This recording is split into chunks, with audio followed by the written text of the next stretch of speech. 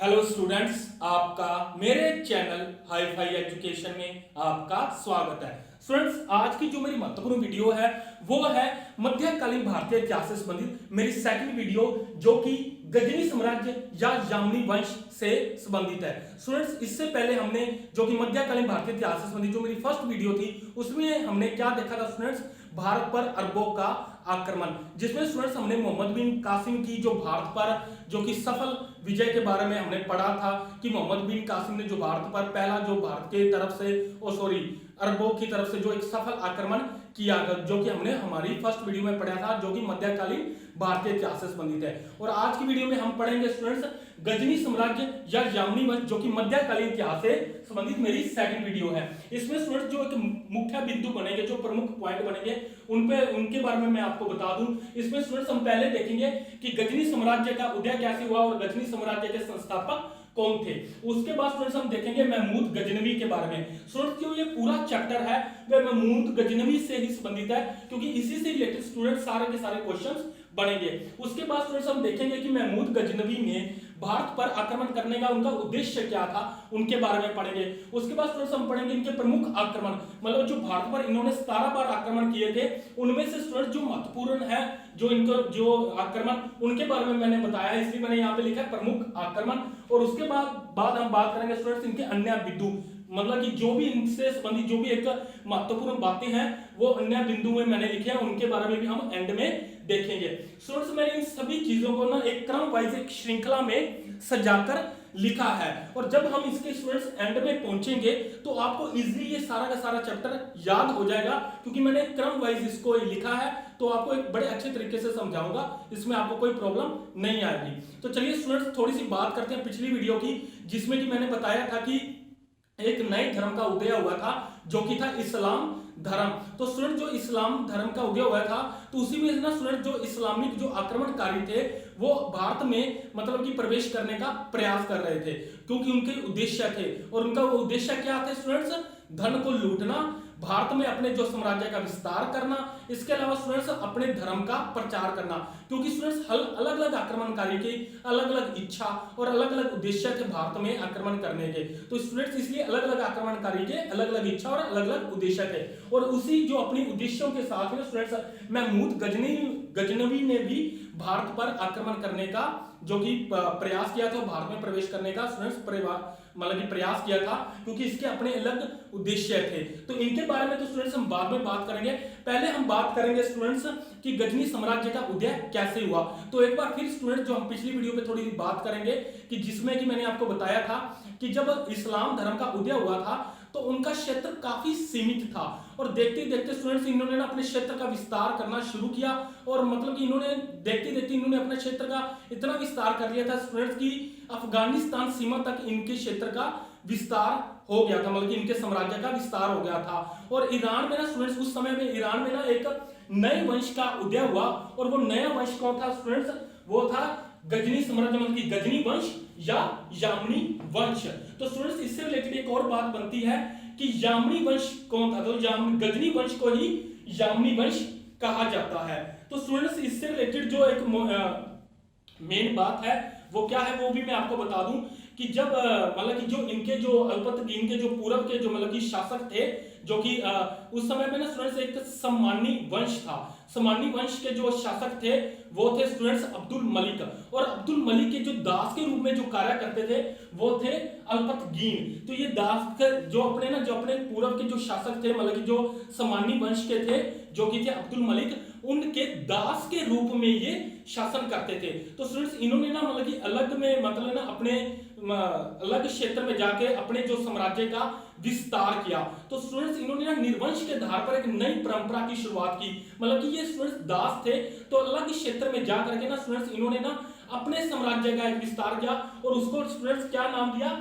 गजनी साम्राज्य। तो इन्होंने स्टूडेंट्स अपने जो साम्राज्य का विस्तार किया था तो उनको नाम दिया गजनी साम्राज्य। तो इनके बारे में अभी हम पढ़ेंगे कि जो इनके संस्थापक थे, जो गजनी वंश के, जो यामनी वंश के, वो संस्थापक थे अल्पतगीन। ये अब्दुल मलिक जो समानी वंश के जो शासक थे अब्दुल मलिक, उनके दास के रूप में स्टूडेंट्स ये शासन करते थे, और इन्होंने ना अलग में जाकर के मतलब एक नई परंपरा की शुरुआत की, और अपने साम्राज्य का विस्तार किया। मतलब कि एक दास होने के बावजूद इन्होंने अपने साम्राज्य का एक मतलब एक नया साम्राज्य की स्थापना की और अपने साम्राज्य का स्टूडेंट्स इन्होंने फिर सॉरी मैं बार बार बोल रहा साम्राज्य का विस्तार किया, ये नहीं, इन्होंने अपने एक नए अलग साम्राज्य की स्टूडेंट्स इन्होंने स्थापना की थी। और वो साम्राज्य कौन सा था?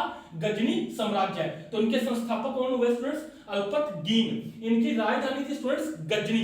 तो इनकी स्टूडेंट्स राजधानी का नाम गजनी होने के कारण इन्होंने अपने साम्राज्य का नाम गजनी साम्राज्य रखा, क्योंकि इनकी राजधानी का नाम था स्टूडेंट्स गजनी। आगे स्टूडेंट्स हम पढ़ते हैं कि सुबुक्तगीन अल्पतगीन का दास तथा दामाद था। स्टूडेंट्स ये क्या था कि जो सुबुक्तगीन था ये अल्पतगीन का दास था और दामाद भी। तो स्टूडेंट्स इसने क्या किया था कि जो अल्पतगीन के जो मतलब कि जो शासक थे मतलब कि जो इनके पुत्र थे उसको हटा करके ये खुद मतलब कि ना स्टूडेंट्स गजनी के जो शासक के रूप में बैठ गया था। मतलब कि गजनी का शासक बन गया था इनके पुत्रों को हटा करके। और इसने स्टूडेंट्स ये कब किया था? 977 ईस्वी में ये गजनी का शासक बना था। तो ये गजनी की जो गद्दी पर कब बैठा था? 977 ईस्वी में। ये अल्पतगीन का दास था तथा दामाद था और इसने जो उसके पुत्रों को हटा करके ये खुद बैठ गया था और 977 ईस्वी में ये गजनी का शासक बना। और इसने स्टूडेंट्स एक्चुअली में इसने मतलब कि गजनी साम्राज्य का विस्तार किया था। मतलब इसने ही गजनी साम्राज्य को मजबूत और उसका विस्तार किया था। तो ये सुबुक्तगीन इसलिए इंपॉर्टेंट है, ये भी आपने याद रखना है।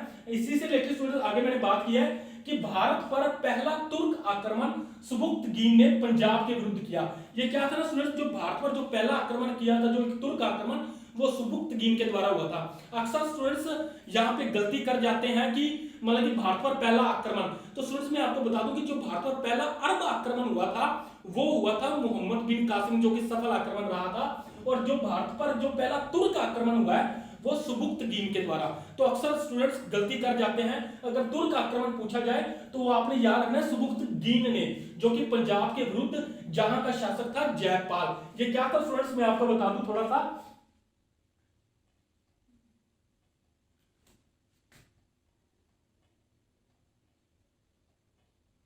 मार्कर थोड़ा सा फीका हो गया स्टूडेंट्स, मैं आपको यहाँ पे आप देख लीजिए कि यहाँ पे मैंने लिखा है पंजाब। ये जो है स्टूडेंट्स ये भारत की सीमा है और भारत की सीमा में ना स्टूडेंट जो ये पंजाब का क्षेत्र है यहाँ पे हिंदू राजशाही शासन करते थे। और स्टूडेंट्स यहाँ पे इसके साथ ही जो इधर की है यहाँ पे था स्टूडेंट्स जो गजनी की सीमा थी, मतलब कि गजनी का जो शासन था।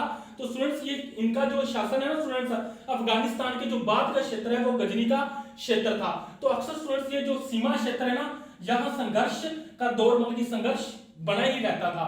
तो ये जो पंजाब का जो क्षेत्र है ये जो है स्टूडेंट्स यहाँ पे हिंदू राजशाही जो शासन करते थे। तो इसलिए स्टूडेंट जब भारत पर जो पहला तुर्क आक्रमण जो सुबुक्तगीन था जो कि गजनी का शासक था, इसलिए ना जो पंजाब के विरुद्ध जहां का शासक था जयपाल उसके विरुद्ध स्टूडेंट्स इसने जो मतलब कि आक्रमण किया था। लेकिन स्टूडेंट्स इसका कोई निर्णय नहीं निकल पाया, मतलब कि किसी के भी हक में यह फैसला नहीं हुआ, तो इसलिए कोई इसका निर्णय नहीं निकल पाया था। तो ये आपने याद रखना कि भारत पर पहला तुर्क आक्रमण सुबुक्तगीन ने पंजाब के विरुद्ध किया जहां का शासक था जयपाल। स्टूडेंट्स इससे रिलेटेड ना कुछ ज्यादा क्वेश्चन नहीं आते, अल्पतगीन से दो मतलब कि क्वेश्चन आ जाए मतलब कि बनेंगे जो भी मोस्ट इंपोर्टेंट थे, और सुबुक्तगीन से मतलब कि इससे कुछ ज्यादा क्वेश्चन नहीं आएंगे। तो ये स्टूडेंट्स आपने याद रख लेना है। अब हम बात करते हैं जिससे सारे के सारे रिलेटेड क्वेश्चन आएंगे, वो है स्टूडेंट्स महमूद गजनवी। इनका समय का स्टूडेंट्स यहाँ पे मैंने लिखा है 958 ईस्वी से 1030 ईस्वी। कई जगह पे स्टूडेंट्स 999 ईस्वी भी लिखा हुआ है, क्योंकि 958 ईस्वी में स्टूडेंट्स सुबुक्तगीन की मृत्यु हो गई थी। तो इसलिए स्टूडेंट्स यहाँ कई बुक्स में 999 ईस्वी भी लिखा हो सकता है और कई बुक्स में 998 ईस्वी। तो इसलिए स्टूडेंट्स जो इसका महमूद गजनी का जो समय काल है 998 ईस्वी से 1030 ईस्वी। तो स्टूडेंट्स इसके बारे में भी आपको थोड़ा सा बता दूं कि जब सुबुक्तगीन की जब मृत्यु हो गई थी तो स्टूडेंट्स उसने ना जो अपने जो पुत्र था मतलब कि अपने जो मृत्यु होने के समय में स्टूडेंट्स उसने अपने पुत्र इस्माइल को मतलब कि होने वाली थी, तो उसने अपने ना जो पुत्र था इस्माइल उसको स्टूडेंट्स ये गजनी का शासन बनाने का फैसला किया था, मतलब उसको अपना गजनी का शासक बनाया था। लेकिन हालांकि जो महमूद गजनवी है वो अपने भाई से ज्यादा योग्य था, इसलिए ना स्टूडेंट्स उसने अपने भाई को हरा करके उसको बंदी बना लिया था और खुद गजनी का शासक बन गया था। तो इसलिए स्टूडेंट्स एक बार हम यहाँ पे देख लेते हैं कि सुबुक्तगीन का पुत्र गजनवी पिता की मृत्यु के बाद गजनी का शासक बना। तो स्टूडेंट जैसे कि पहले उसने तो बनाया था जो सुबुक्तगीन ने तो इस्माइल को बनाया था, लेकिन इसने इस्माइल को हटा करके जो इसका भाई था खुद ये गद्दी पर बैठ गया था और गजनी का शासक ये बना था। उससे पूर्व वह स्टूडेंट्स वह खुरासान का शासक था। लेकिन स्टूडेंट इससे ना पहले ये मतलब कि जब हमें पिता के समय पे ये खुरासान का ये एक जो मतलब कि राज्यपाल था उस समय पे, मतलब कि ये गजनी का शासक बनने से पहले ये खुरासान का शासक था। लेकिन पिता की मृत्यु के बाद ये गजनी का जो शासक बन गया अपने भाई को हटा करके, क्योंकि पहले इस्माइल था। तो आगे स्टूडेंट्स हम बात करते हैं खलीफा अल कादिर बिल्ला ने 2 उपाधि दी। मतलब कि ना स्टूडेंट जो महमूद गजनवी के समय में ना जो खलीफा था वो था अल कादिर बिल्ला। पहले हम बात करते हैं खलीफा कौन है। स्टूडेंट्स मैंने पिछली वीडियो में आपको बताया था खलीफा एक धार्मिक गुरु होते हैं जो कि मतलब कि ना आगे चल के मतलब कि वो राजनीतिक गुरु का रूप ले लेते हैं। तो स्टूडेंट्स किसी भी ना मतलब कि शासक को मतलब कि शासन करने के लिए ना खलीफा की अनुमति लेनी पड़ती थी, और जो खलीफा की अनुमति नहीं लेता था स्टूडेंट्स उसको गैर इस्लामिक माना जाता था। तो इसलिए स्टूडेंट्स जैसे कि महमूद गजनवी ने भी अपने भाई को हटा करके खुद गद्दी पर बैठा था, तो इसलिए स्टूडेंट्स इसको खलीफा से अनुमति लेकर ही वो शासक कर सकता था। और उस समय पे जो खलीफा थे वो थे अल कादिर बिल्ला। तो स्टूडेंट जो अल कादिर बिल्ला थे इन्होंने ना स्टूडेंट्स जो मतलब महमूद गजनवी को 2 उपाधियां दी थी। वो 2 उपाधियां कौन सी है वो देख लेते हैं स्टूडेंट्स। पहली उपाधि स्टूडेंट्स इन्होंने जो दी थी वो दी थी यमीन उद दौला। मतलब कि ये स्टूडेंट्स क्या है यमीन उद दौला, मतलब कि साम्राज्य का दाहिना हाथ, जो कि इनको बोला जाता है कि ये साम्राज्य का दाहिना हाथ है। तो इसलिए स्टूडेंट्स इन्होंने जो उपाधि दी थी यमीन उद दौला साम्राज्य का दाहिना हाथ। और सेकंड उपाधि स्टूडेंट्स इन्होंने क्या दी थी यमीन उल मिल्लाह। ये क्या था स्टूडेंट्स मुस्लिमों का संरक्षक, कि मतलब आप मुस्लिमों को संरक्षक करने वाले हैं। तो ये 2 उपाधियां इन्होंने दी थी यमीन उद दौला और यमीन उल मिल्लाह, जो कि अल कादिर बिल्ला ने दी थी। इसके अलावा स्टूडेंट्स इन्होंने एक और उपाधि धारण की थी। वो कौन सी उपाधि थी वो भी देख लेते हैं स्टूडेंट्स कि गजनी प्रथम शासक था जिसने सुल्तान की उपाधि धारण की। तो मतलब ना स्टूडेंट्स जो गजनी था ये प्रथम शासक था जिसने कि स्टूडेंट्स सुल्तान की उपाधि धारण की थी। इसके बाद में स्टूडेंट्स जो सुल्तान की उपाधि धारण करने की परंपरा शुरू हो गई थी, और मुगल काल में बादशाह की जो शुरू हो जाती है। लेकिन जब हम सल्तनत काल पढ़ेंगे स्टूडेंट्स उसमें स्टूडेंट्स सुल्तान की उपाधि मतलब कि शासकों ने धारण की थी। लेकिन सबसे पहले पूछ लिया जाता है क्वेश्चन में कि सबसे पहले किसने धारण की थी, तो गजनी प्रथम शासक था जिसने सुल्तान की उपाधि धारण की थी। और गजनवी को गजनी भी कहा जाता है, तो ये याद रखना, इसलिए मैंने यहाँ पे गजनी लिखा है। गजनवी को गजनी भी कहा जाता है और इसने सबसे पहले सुल्तान की उपाधि धारण की थी। तो चलिए स्टूडेंट्स यहाँ पे देखते हैं कि सर हेनरी इलियट के अनुसार गजनी ने भारत पर 17 बार आक्रमण किए। तो स्टूडेंट्स सर हेनरी इलियट ने कहा था कि मतलब कि महमूद गजनवी ने भारत पर 17 बार आक्रमण किए। तो इससे रिलेटेड स्टूडेंट यही क्वेश्चन बनता है कि भारत पर इन्होंने कितने आक्रमण किए, इनके बारे में किसने जानकारी दी थी, तो सर हेनरी इलियट ने। और इन्होंने कहा मतलब कि कितने आक्रमण के बारे में बताया है, तो इन्होंने 17 आक्रमणों के बारे में बताया है। इन्होंने बताया कि भारत पर जो महमूद गजनवी ने 17 बार आक्रमण किया। तो इससे रिलेटेड स्टूडेंट यही क्वेश्चन बनेंगे। आगे स्टूडेंट्स हम देखते हैं कि इनके महमूद गजनवी के भारत पर आक्रमण करने के उद्देश्य क्या थे। तो चलिए स्टूडेंट्स इसको भी देख लेते हैं। इनका उद्देश्य क्या था, धन को लूटना, मध्य एशिया में शासन को मजबूत बनाना। तो जैसे कि स्टूडेंट्स हर एक जो भी आक्रमणकारी था उसका पहला उद्देश्य तो यही रहता है कि धन को लूटना है। तो इनका भी यही था कि धन को लूटना, और इनका जो स्टूडेंट जहां पे ये शासन करते थे मध्य एशिया में वहां के शासन को मजबूत करना, मतलब कि जो धन का लूटा था उस धन को अपने शासन में मतलब कि मजबूत बनाने के लिए प्रयोग में लाना। तो इसका जो एक उद्देश्य था धन को लूटना, और उसके अलावा जो इसका उद्देश्य था कि मध्य एशिया में शासन को मजबूत करना। लेकिन सबसे इंपोर्टेंट स्टूडेंट्स बात क्या है वो भी आप देख लीजिए कि इसका जो था कि साम्राज्य का विस्तार करना इसका उद्देश्य नहीं था। अक्सर स्टूडेंट्स आक्रमणकारियों को होता है कि हमने अपने साम्राज्य का विस्तार करना है, लेकिन इसका ये उद्देश्य नहीं था। इसका उद्देश्य बिल्कुल नहीं था कि साम्राज्य का विस्तार करना, इसका उद्देश्य नहीं था। इसका उद्देश्य क्या था स्टूडेंट्स की मतलब कि भारत की सीमा पे आना, प्रवेश करना, धन को लूटना, और उसी धन को लेकर के अपने देश मतलब कि मध्य एशिया में वापस चला जाना गजनी में, और वहां पे अपने शासन को मजबूत बनाना। तो इसका सिर्फ यही था कि धन को लूटना और मध्य एशिया में शासन को मजबूत बनाना। यह साम्राज्य का विस्तार नहीं करना चाहता था। तो ये स्टूडेंट्स आपने जरूर याद रख लेना है। अब स्टूडेंट्स हम पढ़ते हैं कि जो सन हेनरी इलियट ने बताया था कि इन्होंने 17 बार आक्रमण किए, तो उनके बारे में भी स्टूडेंट्स हम पढ़ लेते हैं कि जो इसके जो प्रमुख आक्रमण हुए हैं उसके बारे में स्टूडेंट्स हम देख लेते हैं कि जो मैंने हालांकि इन्होंने 17 आक्रमण किए हैं स्टूडेंट्स, लेकिन मैंने उन्हीं के बारे में बताया जिनसे रिलेटेड स्टूडेंट्स क्वेश्चन में पूछे जाते हैं। तो मैंने उन्हीं आक्रमण के बारे में यहाँ पे बताया है। हालांकि इन्होंने 17 आक्रमण किए थे। तो चलिए स्टूडेंट्स पहले आक्रमण को देखते हैं कि जो इन्होंने जो पहला आक्रमण किया था स्टूडेंट्स वो किया था 1000 ईस्वी में पंजाब के हिंदू शाही शासक जयपाल के विरुद्ध। तो स्टूडेंट जो इन्होंने पहला आक्रमण किया था वो पंजाब के हिंदूशाही शासक जयपाल के विरुद्ध किया था। ये भारत की सीमा में मतलब कि पंजाब के क्षेत्र पे आके मतलब कि उनको लूट के और वह वापस चला गया था। और यही है स्टूडेंट्स जो पहला जो 1000 ईस्वी में किया। इससे पहले स्टूडेंट्स इनके जो पिता थे सुबुक्तगीन ने भी मतलब कि इन पर ही आक्रमण किया था, जयपाल पर ही, मतलब कि जो पंजाब के शासक थे। स्टूडेंट्स इसने ना फिर पुनः 1000 एक तो मार्कर एक सेकंड स्टूडेंट्स मैं एक बार मार्कर ले आऊं। तो ये स्टूडेंट्स मैं यहां पे लिख देता हूं 1001 ईस्वी में ना स्टूडेंट्स इसने दोबारा से पुनः आक्रमण किया। किसके विरुद्ध? पंजाब के हिंदूशाही शासक जयपाल के विरुद्ध इसने दोबारा से स्टूडेंट्स आक्रमण किया। और फिर इसको ना मतलब इसको काफी ज्यादा क्षति पहुंचाई, इसका काफी कुछ वो लूट के चला गया था। और इससे ना स्टूडेंट्स जयपाल को काफी धक्का पहुंचा था, उसको आत्मग्लानि मतलब की फील होने लगी, मतलब कि मैं 2 बार इससे से बुरी तरह से हार गया हूं, अब मैं जीत नहीं सकता, उसको ऐसे फील होने लगा था। और इसने ना स्टूडेंट्स इसी शर्म से ना इसने अपने आप मतलब कि आत्महत्या कर ली थी। हालांकि इसको चाहिए था कि अपनी जो सेना को मजबूत बनाए, लेकिन इसी शर्म से ना स्टूडेंट्स मतलब कि 2 बार ये बुरी तरह से मतलब कि पराजित हुआ और इसको जो मतलब कि लूट के जो महमूद गजनी चला गया था। तो इससे ये काफी आत्मग्लानि फील हुई और इसने खुद ही आत्महत्या कर ली। स्टूडेंट्स उसके बाद ना जो मैंने यहाँ पे लिखा है 6वां आक्रमण, मतलब कि जो 6 आक्रमण स्टूडेंट्स इसने किया था वो किया था 1008 ईस्वी से 1009 ईस्वी के बीच में किया था। और वो किसके खिलाफ किया था स्टूडेंट्स? हिंदूशाही राजा अनंतपाल। स्टूडेंट्स ये अनंतपाल कौन था?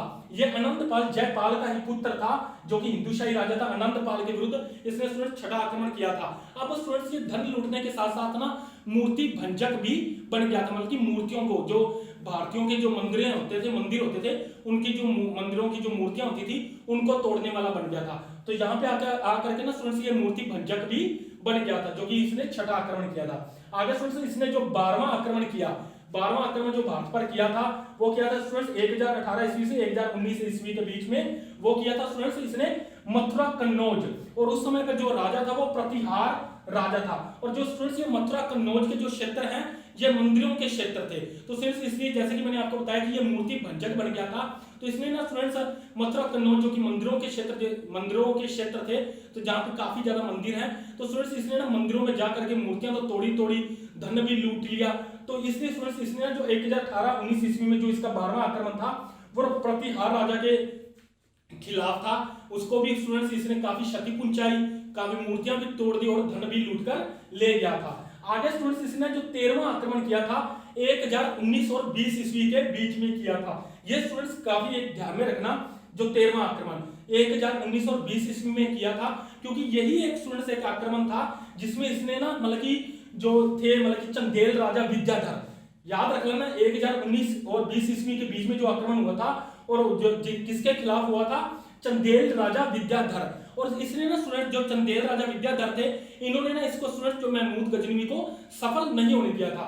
और जितने भी आप आक्रमण पढ़ेंगे उसमें ये सफल हो गए थे, खाली एक यही आक्रमण जो इसने किया था 1019-20 ईस्वी में, उसमें ना स्टूडेंट चंदेल राजा विद्याधर ने इसको सफल नहीं होने दिया था। इसलिए मैंने यहाँ पे लिखा है सफल विरोध किया, मतलब इन्होंने चंदेल राजा ने उनका सफल विरोध किया, उनको सफल नहीं होने दिया था। तो ये 13वां आक्रमण था। और आगे स्टूडेंट्स हम पढ़ते हैं जो इसका 16वां आक्रमण है, मोस्ट इंपोर्टेंट, क्योंकि इससे रिलेटेड स्टूडेंट क्वेश्चंस में पूछ लिया जाता है इस आक्रमण के बारे में। तो ये 16वां आक्रमण था जो कि 1025 ईस्वी में हुआ था और जो कि सोमनाथ मंदिर में हुआ था। सोमनाथ स्टूडेंट्स ये शिव का मंदिर है जो गुजरात के सौराष्ट्र क्षेत्र में है। तो ये मोस्ट इंपोर्टेंट है, 1025 ईस्वी में सोमनाथ मंदिर में हुआ था। और उस समय स्टूडेंट्स वो कौन मतलब राजा कौन थे? वो भीमदेव थे और भीमदेव के खिलाफ में हुआ था। कहते हैं स्टूडेंट्स जो इससे पहले जो इसके जो 15 आक्रमणों से इसने इतना धन प्राप्त नहीं किया जितना इसने स्टूडेंट जो 16वां आक्रमण है जो कि सोमनाथ मंदिर में जो इन्होंने मतलब कि सोमनाथ में किया था, उससे स्टूडेंट्स 15 आक्रमणों में इसको इतना धन प्राप्त नहीं हुआ जितना कि 16वें आक्रमण से इसको प्राप्त हुआ था। तो जैसे कि स्टूडेंट्स ये मतलब कि ये धन को लूटता था और अपने देश वापस चला जाता था, इसी तरीके से ना स्टूडेंट्स इसने जितना भी धन प्राप्त हुआ, कहते हैं कि स्टूडेंट्स यहाँ से इसको ना 20 लाख दिनार प्राप्त हुई थी, 20 लाख। तो इसने ना स्टूडेंट्स सारी की सारी जो धन था वो घोड़ों पे लाद करके जल्दी से ये वापस लौट रहा था, क्योंकि ये स्टूडेंट्स आता तो था मतलब कि वैसे ही जो आराम से जैसे आया, लेकिन जब इसने जब लूट लेता था तब ये जल्दी से वापस मतलब कि वापस अपने देश की तरफ लौटने को जाता था कि मतलब वहां जल्दी से जल्दी अब सुरक्षित अपने धन को पहुंचाओ दूं, मतलब ये रुकता नहीं था, ये सीधा अपने देश ही जाता था। तो स्टूडेंट्स 1025 ईस्वी का मोस्ट इंपोर्टेंट है। लेकिन इससे रिलेटेड स्टूडेंट्स एक बात और बता दूं, जब ये वापस लौट रहा था रास्ते में ना स्टूडेंट्स जाटों ने इसका रास्ता रोक लिया था और जाटों ने इस पर आक्रमण कर दिया था। हालांकि ये काफी धन अपने मतलब कि वापस अपने देश में ले जाने में सफल हो गया था, लेकिन जाटों ने भी इसका काफी धन लूट लिया था। तो इसलिए स्टूडेंट्स फिर 17वीं बार जो इसका अंतिम आक्रमण जो इसने किया था भारत पर, 17वां आक्रमण जो कि 1027 ईस्वी में हुआ था, वो जाटों के विरुद्ध ही हुआ था, जो कि इसका स्टूडेंट अंतिम आक्रमण है। क्यों? क्योंकि स्टूडेंट्स जाटों ने इसका धन लूट लिया था, इसलिए स्टूडेंट 1027 ईस्वी में इसने जाट शासकों के विरुद्ध मतलब कि आक्रमण किया और इसमें सफल हुआ। जो इसका जो लूटा हुआ जो इन्होंने जो लूट लिया था जाटों ने इसका धन, तो इसने उससे लूट करके ये भी वहां से वापस ले गया था। तो ये स्टूडेंट्स इसका अंतिम आक्रमण था जो कि 17वां आक्रमण था। स्टूडेंट्स अधिकांश ये आक्रमणों में मुख्य तौर से ये सफल ही हुआ है, बस जिसके बारे में मैंने आपको बताया है कि जो 13वां आक्रमण था इसमें सफलता नहीं प्राप्त हुई, तो ये ऑलमोस्ट इसको आक्रमण में सफलता ही प्राप्त हुई थी। आगे स्टूडेंट्स हम पढ़ते हैं कि गजनवी की मृत्यु 1030 ईस्वी में हो गई थी। तो स्टूडेंट्स मैं आपको बता दूं कि उसके ना 3 साल बाद इसकी मृत्यु हो गई थी। ये क्या थी स्टूडेंट्स, मैं आपको कारण थोड़ा सा बता दूं कि कहते हैं कि जब ये मतलब कि ये धन जो लूट के जाता था तो उसका स्टूडेंट्स एक अलग से ना एक जगह थी जहाँ मतलब एक कमरा बनाया हुआ था जहाँ पे ये मतलब कि अपना धन रखता था। और कहते हैं स्टूडेंट्स ये उसी मतलब कमरे में ही अपने धन के साथ ही इसने सोना शुरू कर दिया था। और धन को देखते देखते ये मतलब कि इतना पागल हो गया था ना स्टूडेंट्स कि मतलब कि धन हर जगह पे ये देखने लगा था और ये पागल ही हो गया था। और यहाँ तक कि जैसे कि स्टूडेंट्स 3 साल बाद इसकी मृत्यु हो गई थी कि मतलब इसने अपने धन का हालांकि प्रयोग तो किया, लेकिन ज्यादा तौर पे वो कुछ भी कर नहीं पाया और अपना धन एक तरीके से छोड़ ही गया। जिस धन को स्टूडेंट्स इसने मतलब कि प्राप्त करने के लिए इतने आक्रमण किए, वो खुद ही इसका इतना एक तरीके से सफल प्रयोग कर ही नहीं पाया। और इसके बाद स्टूडेंट्स इसके जो शासक हुए हैं मतलब जो इसके पुत्र हुए हैं उनके मतलब वो इतने योग्य नहीं थे। हालांकि एक पुत्र था उसको मतलब कि इसने शासक के रूप मतलब कि उसको शासक के रूप में बिठाया गया, लेकिन वो भी स्टूडेंट्स डरकर मतलब कि वापस भारत में धन के साथ वो वापस लौट गया था। इसलिए स्टूडेंट्स उनसे रिलेटेड कोई क्वेश्चन नहीं पूछा जाता, तो इसलिए स्टूडेंट्स उनके बारे में बात नहीं की गई है। मेन जो इंपॉर्टेंट बात है वो गजनवी के बारे में ही बात की गई है, उनसे रिलेटेड क्वेश्चन पूछे जाते हैं। तो चलिए स्टूडेंट्स आगे हम बात करते हैं इनके अन्य बिंदु के बारे में। तो स्टूडेंट्स यहाँ पे मैंने फर्स्ट में लिखा है दरबारी इतिहासकार उत्तबी। तो स्टूडेंट्स आपने अल-बुरुनी के बारे में सुना है, फिर दोसी के बारे में सुना है, तो ये है स्टूडेंट्स जो दरबारी इतिहासकार कौन है, तो वो हुए हैं स्टूडेंट्स उत्तबी। तो ये आपने याद रखना कि दरबारी इतिहासकार उत्तबी, क्योंकि इससे पहले स्टूडेंट्स आपने अल-बुरुनी के बारे में सुना हुआ है और फिर दोसी के बारे में, फिर दोसी के बारे में भी मैं आपको बताऊंगा स्टूडेंट्स। तो जैसे कि इन दोनों के बारे में सुना हुआ था, आपको इनके बारे में कुछ ज्यादा नहीं पता होगा कि जो दरबारी इतिहासकार थे वो कौन थे स्टूडेंट्स, उत्तबी। इन्होंने ना स्टूडेंट्स 2 किताबों की जो मतलब की रचना की थी, वो कौन सी थी स्टूडेंट्स, किताब उल यामनी तथा तारीखे ए यामनी। तो इन्होंने जो रचनाएं की थी वो थी किताब उल यामनी तथा तारीखे यामनी। इन्होंने 2 पुस्तकों की स्टूडेंट्स रचना की थी और ये इनके दरबारी इतिहासकार थे। तो ये आपने याद रख लेना स्टूडेंट्स। आगे स्टूडेंट्स मैंने बात किया कि गजनवी के साथ 11वीं सदी में अल-बुरुनी भारत आया। ये स्टूडेंट्स क्या था कि स्टूडेंट्स जब मतलब कि गजनवी भारत पर आक्रमण कर रहा था तो 11वीं सदी में ना अल-बुरुनी भी जो गजनवी के साथ में भारत में आया था और उन्होंने स्टूडेंट्स किताब उल हिंद की रचना की थी। ये क्या था स्टूडेंट्स कि जो अल-बुरुनी था वो ना स्टूडेंट्स भारत की सामाजिक संस्कृति से काफी ज्यादा प्रभावित हुआ था। वो उनको जानने के लिए ना स्टूडेंट्स किताबों की मतलब कि अध्ययन करता था। वे उनके ज्ञान दर्शन को जानने के लिए, उन पे विचार करने के लिए काफी अध्ययन किया। तो स्टूडेंट्स इसके लिए ना स्टूडेंट्स जब उसने पूरा अध्ययन किया ना, उसी अध्ययन करने के बाद ना स्टूडेंट्स उसने किताब उल हिंद की रचना की, जिससे स्टूडेंट्स तत्कालीन भारत की सामाजिक संस्कृति की जानकारी मिलती है। मतलब कि जो उसने बुक की जो मतलब की रचना की थी, जो मतलब की भारत की सामाजिक संस्कृति से वो बहुत ज्यादा प्रभावित हुआ था, ज्ञान दर्शन से उनके बहुत भारत के ज्ञान दर्शन से बहुत प्रभावित हुआ था। उसके बाद स्टूडेंट्स उनकी जो मतलब अध्ययन करके ज्ञान प्राप्त करके उसने जो किताब उल हिंद की रचना की थी उसमें ना स्टूडेंट्स सामाजिक संस्कृति की जानकारी मिलती है। अक्सर पूछ लिया जाता है कि उसमें आर्थिक, राजनीतिक, सामाजिक संस्कृति किसकी जानकारी मिलती है, तो उसमें ना स्टूडेंट्स सामाजिक एवं संस्कृति की जानकारी मिलती है। आर्थिक एवं राजनीतिक कोई जानकारी नहीं मिलती, मतलब ज्यादा मिलती होगी लेकिन मोस्ट इंपोर्टेंट स्टूडेंट्स सामाजिक एवं संस्कृति की जानकारी मिलती है। आगे स्टूडेंट्स लिखा है कि पुराणों का अध्ययन करने वाला वह पहला मुसलमान था। जो अल ब्रूनी था स्टूडेंट्स, जो कि ना वह पुराणों का जो कि अध्ययन करने वाला वह पहला मुसलमान था। तो ये भी स्टूडेंट्स आपने याद रख लेना है। आगे स्टूडेंट्स मैंने लिखा है कि अरबी में लिखे तहकीके हिंद का अंग्रेजी अनुवाद सचाऊ ने किया। ये मैं एक बार आपको बाद में बताता हूं, आपको पहले यहाँ पे बता देता हूं स्टूडेंट्स कि जो इसने जो किताबुल हिंद है, इसको ना स्टूडेंट्स तहकीके हिंद भी कहा जाता है, तहकीके हिंद भी। तो ये स्टूडेंट्स आपने याद रखना, किताबुल हिंद जिसको कि तहकीके हिंद भी कहा जाता है, जो कि अरबी में स्टूडेंट्स इसने इसका अनुवाद कराया था, जिसको कि लिखा तहकीके हिंद। और अंग्रेजी में किसने अनुवाद करवाया था? तो अंग्रेजी में जो जिसने अनुवाद कराया था वो थे स्टूडेंट्स सचाऊ। तो ये भी आपने स्टूडेंट्स याद रख लेना है। तो स्टूडेंट्स हमने क्या पढ़ा कि आप देख लीजिए, पहले हमने पढ़ा स्टूडेंट्स गजनी साम्राज्य के बारे में, गजनी की स्थापना कैसे हुई। उसके बाद स्टूडेंट्स हमने पढ़ा महमूद गजनवी के बारे में, कब से कब लेकर उन्होंने शासन किया, कितनी बार आक्रमण किया। उसके बाद स्टूडेंट्स हमने उनके उद्देश्यों के बारे में पढ़ा और जो इनके प्रमुख आक्रमण थे उनके बारे में पढ़ा, और फिर जो इनसे रिलेटेड स्टूडेंट जो इनके मुख्य बिंदु थे उनके बारे में पढ़ा। स्टूडेंट्स 2-3 बातें और हैं जो भी मैं आपको बताऊंगा। चलिए स्टूडेंट्स एक बार आप इनका स्क्रीनशॉट ले लीजिए, फिर मैं इसका जो इतना सा हिस्सा रब करूंगा, तो पहले आप स्क्रीनशॉट ले लीजिए, 2-3 बातें और बतानी है आपको। चलिए स्टूडेंट्स यहाँ पे मैंने ना जो प्रमुख आक्रमण लिखे हुए थे मैंने उनको एक बार रब कर दिया। आई होप आपने स्क्रीनशॉट ले लिया होगा। तो स्टूडेंट्स जैसे कि मैंने यहाँ पे एंड में बताया था कि अरबी में लिखे गए जो तहकीके हिंद, जो कि स्टूडेंट्स किताबुल हिंद जो अल ब्रूनी की रचना थी, जो कि इसने ना स्टूडेंट्स अरबी में अनुवाद कराया था तहकीके हिंद, उसका ना स्टूडेंट्स अंग्रेजी अनुवाद किसने करवाया था? अंग्रेजी अनुवाद कराया था सचाऊ ने। और हिंदी में स्टूडेंट्स हिंदी में किसने अनुवाद करवाया था इसका, जो कि है तहकीके हिंद, हिंदी में इसका अनुवाद करवाया था स्टूडेंट्स रजनीकांत शर्मा ने किया था। तो ये स्टूडेंट्स आपने याद रख लेना है, अंग्रेजी में सचाऊ ने और हिंदी में रजनीकांत शर्मा ने किया था। स्टूडेंट्स इसके बाद हम देखते हैं कि फिरदौसी कौन था स्टूडेंट्स? ये भी महमूद गजनवी के दरबार में था। तो ये महमूद गजनवी के दरबार में जो लेखक था फिरदौसी, शाहनामा के लेखक। ये स्टूडेंट्स क्या है? शाहनामा ने एक फारसी रचना थी स्टूडेंट्स, इसकी जो रचना है शाहनामा, इसको ना स्टूडेंट्स इसको अफगानिस्तान की महाभारत के रूप में भी जाना जाता है, जो कि एक फारसी रचना थी। और इसी कारण से ना स्टूडेंट्स इसको पूर्व का होमर भी कहा जाता है। तो किसको पूर्व का होमर कहा जाता है स्टूडेंट्स?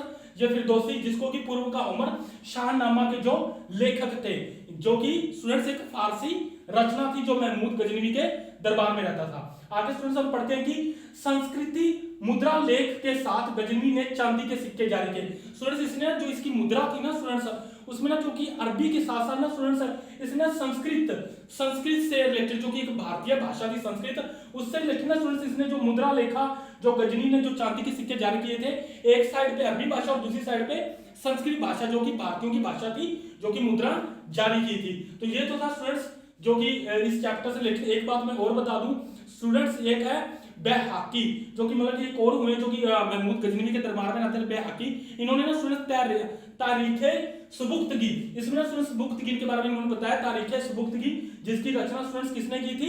बैहाकी ने। ये आपने याद रखना, ये मैंने यहाँ पे लिखा नहीं था। तो स्टूडेंट्स इसके बाद हम पढ़ेंगे मोहम्मद गोरी के बारे में। आज आपको आई होप आपको याद रहा होगा, पहले हमने गजनी साम्राज्य के बारे में पढ़ा, फिर महमूद गजनवी के बारे में, फिर उनके उद्देश्यों के बारे में, फिर स्टूडेंट्स यहाँ पे मैंने जो इनके प्रमुख आक्रमण लिखे थे उनके बारे में, और अंत में हमने स्टूडेंट्स जो इनसे रिलेटेड अन्य बिंदु जो कि महत्वपूर्ण बातें थी उनके बारे में पढ़ा। और इसके बाद स्टूडेंट्स हम मोहम्मद गोरी के बारे में पढ़ेंगे। ओके स्टूडेंट्स, आप स्क्रीनशॉट ले लीजिए। Take care.